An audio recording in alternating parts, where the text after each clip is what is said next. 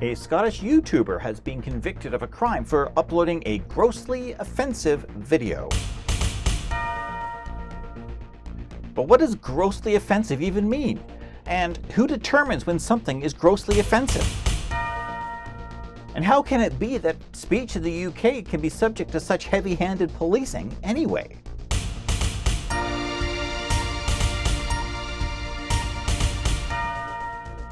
Hello everyone, Steve Britton here with yet another edition of the Speaking Freely podcast.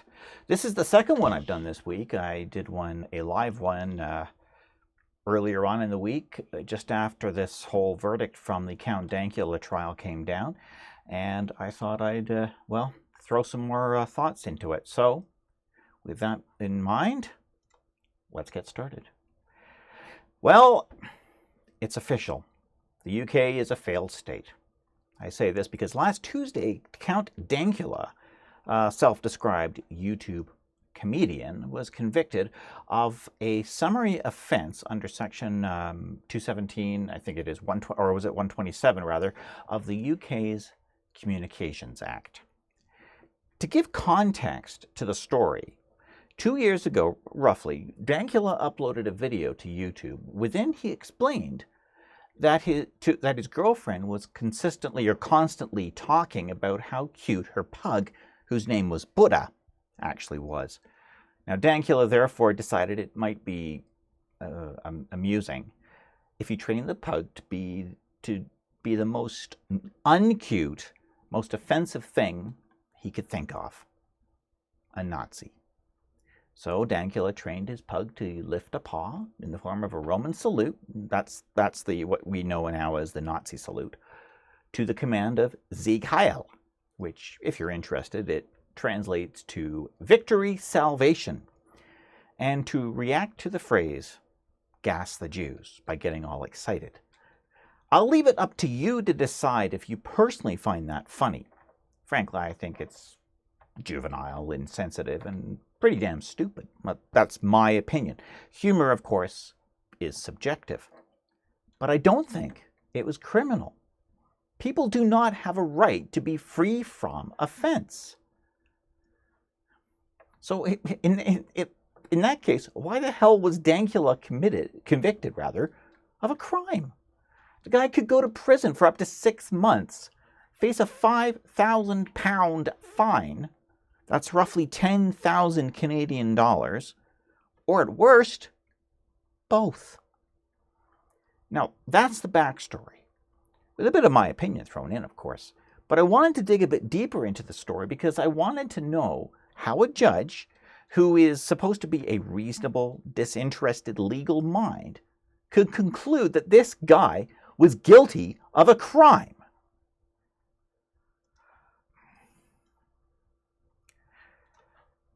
To get to the bottom of this, I looked up the Communications Act and dug into the legal precedent that was used to guide the decision. The underlying legal concept dates back to almost a century, to 1935, and an amendment to the Post Office Act. Section 127 of the Communications Act derives from that. So let's have a look, and let's pull that up here, and we'll see what we come up with. So here is Section 127 of the Communications Act. Okay, so here is paragraph 1. This is the relevant paragraph right here. A person is guilty of an offense if he, A, sends by means of a public electronic communications network a message or other matter that is grossly offensive, or of an incident, obscene or menacing character, or B, causes any such matter to be sent. Now, paragraph 3 here indicates penalty. Indicates that the offense is punishable under a summary conviction and carries a maximum of 6 months in prison or a fine not to exceed £5,000 or both. As you can see, I was no further ahead at this point than I was before. On the surface, it looks to me like the case rested on the meaning of grossly offensive and how that was determined. That's still pretty awful, because who determines what grossly offensive is? And even if it is grossly offensive, so what? I decided to look further, so I delved into the background of the law and the relevant precedent cases. Before I go on, before I go on here, let's just bring the camera back up so you can actually see me. I think that's kind of important too. So before I go on, I think I should probably disclaim here that I am not a lawyer. What I'm about to discuss is my own interpretation of the law based on what I've read and the cases that have happened before. Now, the cases are what they are. Do not consider what I'm saying now to be an official legal opinion. This is a layman's interpretation, and you need to understand that. Understand? You see, there's that me making up words again. So let's look at the Crown Prosecutor's guidelines here, because that's also an important aspect of this whole thing. And a lot of what, in fact, the rest of what I've got here actually comes from the Crown Prosecutor's guidelines, because it cites the relevant cases and the relevant case law as well. Okay, so here are the guidelines here, right? You can see here, this is Category 4,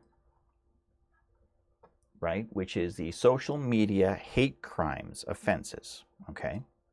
Now, this is a very helpful document, and there are two laws under which a person could be charged of crime here. Okay. So let's scroll right up to the top and have a look here. So there's the offense types. There's Category 1, which is threats. There's targeting specific individuals, harassment or stalking. In the UK, they call it harassment. Control of or coercive behavior, sexual images, breach of court orders, and all that. And here's the Category 4. Okay. So these there's two acts. Okay, that you could be charged under. There's Section 1 of the Malicious Communications Act, which carries a maximum penalty for sending indecent or grossly offensive materials, and that's a maximum penalty of 2 years imprisonment. Okay, that's an indictable offense.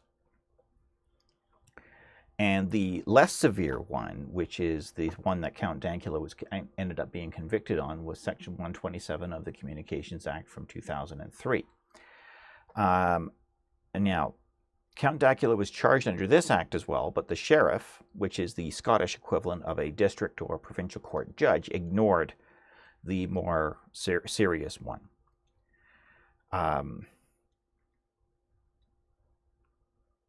Now, the guidelines state that Section 1 of the Malicious Communications Act, that's the first one here that he did not get convicted under, prohibits the sending of an electronic communications which is indecent, grossly offensive, or which is false, or which the sender believes to be false if the purpose of one of the purposes of the sender is to cause distress or anxiety to the recipient. The offense is one of sending, so there's no legal requirement for the communication to actually reach the intended recipient. Okay. But still, there's still nothing here to define what grossly offensive means.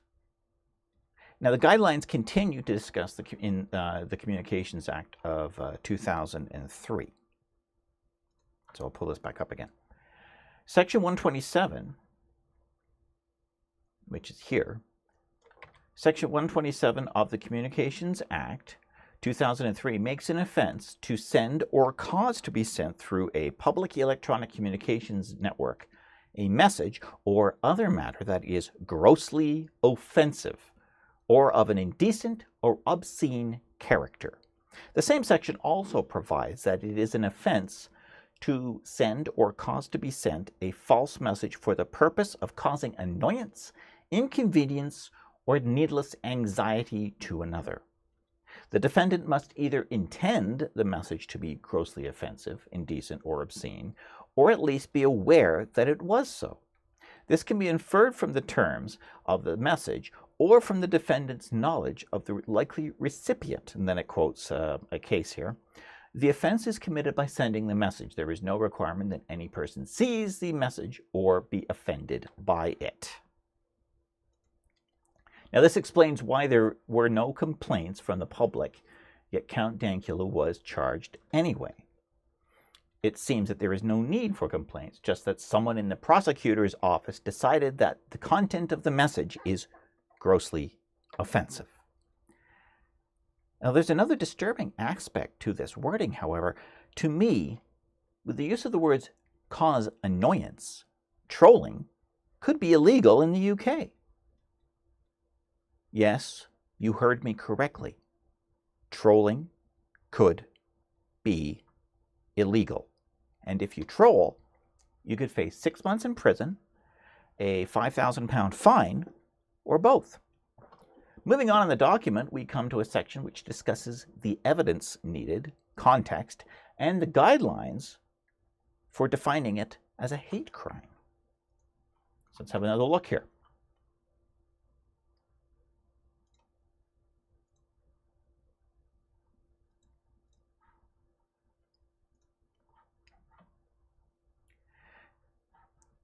Right, now that's right here. There is a high threshold that must be met before the evidential stage in the Code for Crown Prosecutors will be met. Furthermore, even if the high evidential threshold is met, in many cases, a prosecution is unlikely to be required in the public interest. Now then, there's a reference to the case which examined this issues. Now, in Chambers, the Lord Chief Justice made it clear that satirical or iconoclastic, right here, satirical or iconoclastic or rude comment, the expression of unpopular or unfashionable opinion about serious or trivial matters, banter or humor, even if distasteful to some or painful to those subjected to it, should and no doubt will continue at their customary level, quite undiminished by Section 127 of the Communications Act of 2003. It seems that he was wrong, doesn't it? But he did say should continue at the customary level. And now we've got Count Dankula being accused here. Now, moving on a little bit here. Now, actually, yeah. A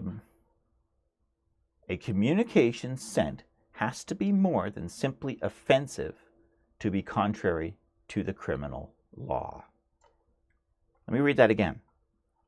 Satirical or iconoclastic or rude,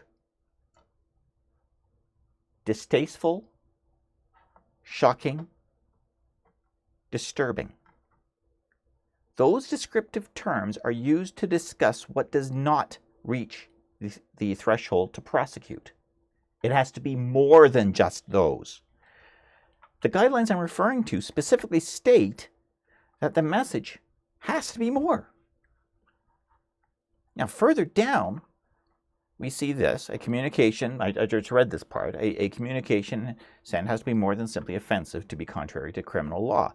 Just because the content expressed in the communication is in bad taste, controversial, or unpopular, and may cause offense to individuals or a specific community, this is not in itself sufficient reason to engage the criminal law, as Lord Bingham made the case in DPP versus Collins. There can be no yardstick of gross offensiveness otherwise than by the application of reasonably enlightened, but not perfectionist, contemporary standards to the particular message sent in its particular context. The test is whether a message is couched in terms liable to cause gross offense to those to whom it relates. The justices must apply the standards of an open and just multiracial society. The question is whether the defendant used language which is beyond the pale of what is tolerable in our society. Is there anything in the context or tenor of the message to soften or mitigate the effect of the language in any way? Yes, there was. At the very beginning, Count Dankula explained the context of the video. He said, this is to annoy my girlfriend. And at the end of the video, he even says, I'm not a racist. I'm not anti-Semite. This was a joke. He makes it clear throughout the whole thing that it was more of a case of finding the most uncute thing he could think of and annoying his girlfriend with it. So there's that. Now, prosecutors are then directed to consider the public interest in bringing a case forward, asking themselves about the circumstances of and harm caused to the victim, where the communication is targeted at a particular person. If there is great evidence, we'll pull the we'll pull the overlay back up here. So the public interest is this section here. So right there. Now, about the circumstances of, and I read that part of skimming down here. There is a hate crime element to the communications. See the section on hate crimes below. The victim was at the time a person serving the public. There are coordinated attacks by different people, or is there a campaign of abuse or harassment against the victim, sometimes referred to as virtual mobbing. Twitter mobs, maybe? The victim is targeted in response to the victim reporting a separate criminal offense, as a reprisal. A person convicted of a crime subsequently contacts a victim of that crime or their friends or family. The offense is repeated. The age and maturity of the suspects should also be given significant weight, particularly if they are under the age of 18. See paragraph 412D of the code. Children may not appreciate the potential harm and seriousness of their communications, and a prosecution is rarely likely to be in the public interest. Sounds to me like the Count Dankula video does not pass a number of these tests here. So, now right now, it looks to me like the prosecution overstepped the guidelines. There's some more to investigate, however, particularly when we consider the content of the original video. And we'll get into that after a quick break. Hey everyone, thanks for watching. Programs like this take a lot of time and effort to put together, and I hope that my work, which I of course love doing, brings value to you.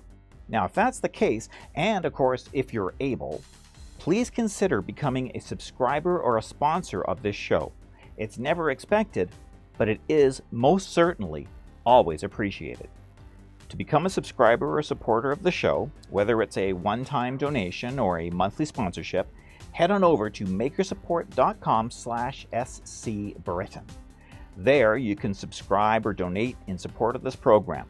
Every little bit helps improve the show through new and updated equipment, researchers, better studio space, and so on. So please give it some thought, and at the very least, like this video and subscribe to my channel here. And that will help promote my channel and the program to others. Thanks. Now, when we left off, we were examining the prosecution guidelines for Section 127 offenses in the UK in relation to Count Dankula's pug video. We've talked about the high threshold for evidence, the public interest already, but let's now look at the guidelines regarding context.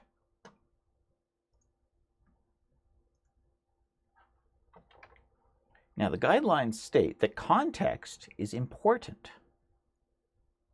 Here's a context section here. Now, the guidelines state that context is important and prosecutors should have regard to the fact that the context in which interactive social media dialogue takes place is quite different to the context in which other communications take place. access is ubiquitous and instantaneous. Banter, jokes, and offensive comments are commonplace and often spontaneous. Communications intended for a few may reach millions. So let's review. Count Dankula was convicted under the Communications Act of 2003, Section 127. The guidelines for this set out that the content must be grossly offensive or of an indecent or obscene character, and that the accused must know it is.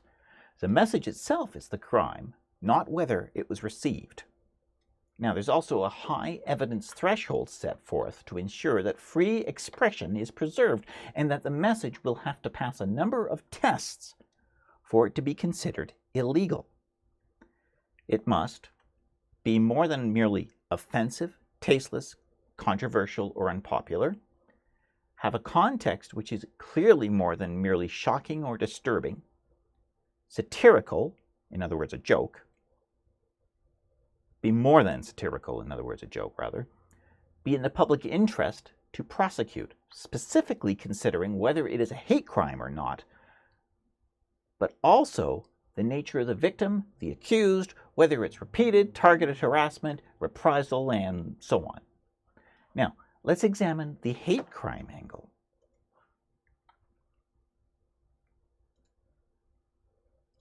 Now, the Code for Crown Prosecutors states, so we're going to scroll down to hate crime. That's right down here. Category 4, social media hate crimes. Prosecutors must also have regard to whether an offense was motivated by any form of discrimination against the victim's ethnic or national origin. And there was no victim in this case. Gender, disability, age, religion or belief, sexual orientation or gender identity, or the suspect demonstrated hostility towards the victim based on any of those characteristics. Now, the victim of this joke was his girlfriend. So unless he's demonstrating hostility towards his girlfriend, and unless you think that doing something to annoy your girlfriend is exhibiting hostility, and assuming that his that would also imply that his girlfriend is Jewish, and as far as I can tell, she isn't. There's no victim here. The presence of any such motivations or hostility will mean that it is more likely that prosecution is required. And then, when assessing communications that appear to be motivated by such discrimination, you see, now we're jumped ahead and assuming that Count Dankula's message was actually motivated by hate. And he made it clear that it wasn't, but we'll go through this anyway. When assessing the communications that appear to be motivated by such discrimination or demonstrate such hostility, prosecutors should be alert to any additional reference or context to the communication in question. Such references or context may sometimes elevate a communication that would otherwise not meet the high threshold to one that, in all the circumstances, can be considered grossly offensive.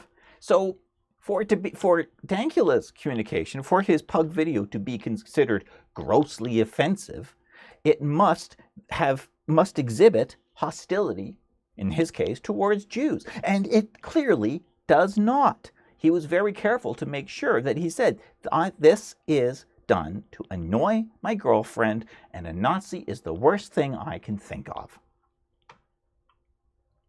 For instance, a reference within a communication to a recent tragic event involving many deaths of persons who share any of the protected characteristics. Now, this seems to be the angle the Crown Prosecutor was taking.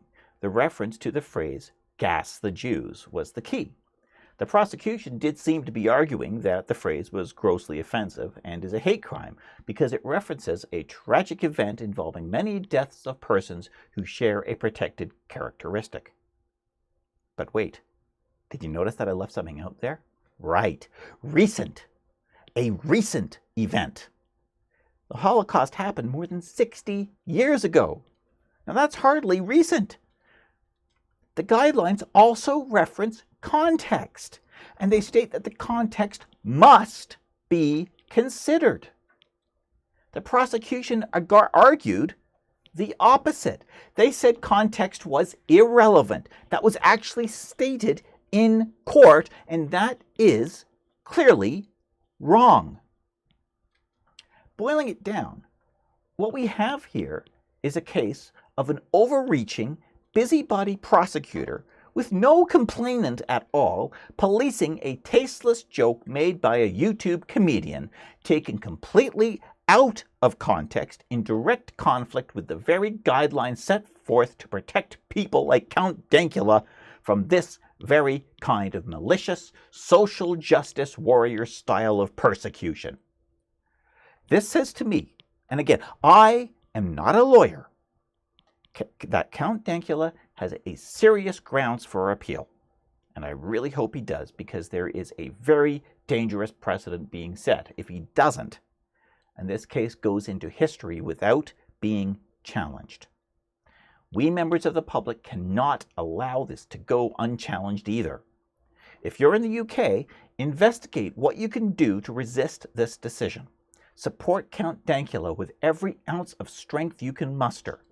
Be creative. Use civil disobedience, letter writing campaigns, anything that you can do to make your feelings known. If you live elsewhere in the world, like me, lift your voice in support of Count Dankula as well. British jurisdiction doesn't reach to you, so use your own country's laws and freedoms to your advantage. Tell the UK that this is wrong, and that you will do whatever you can within your power to resist it. Together we can and will overcome. I'm Steve Britton.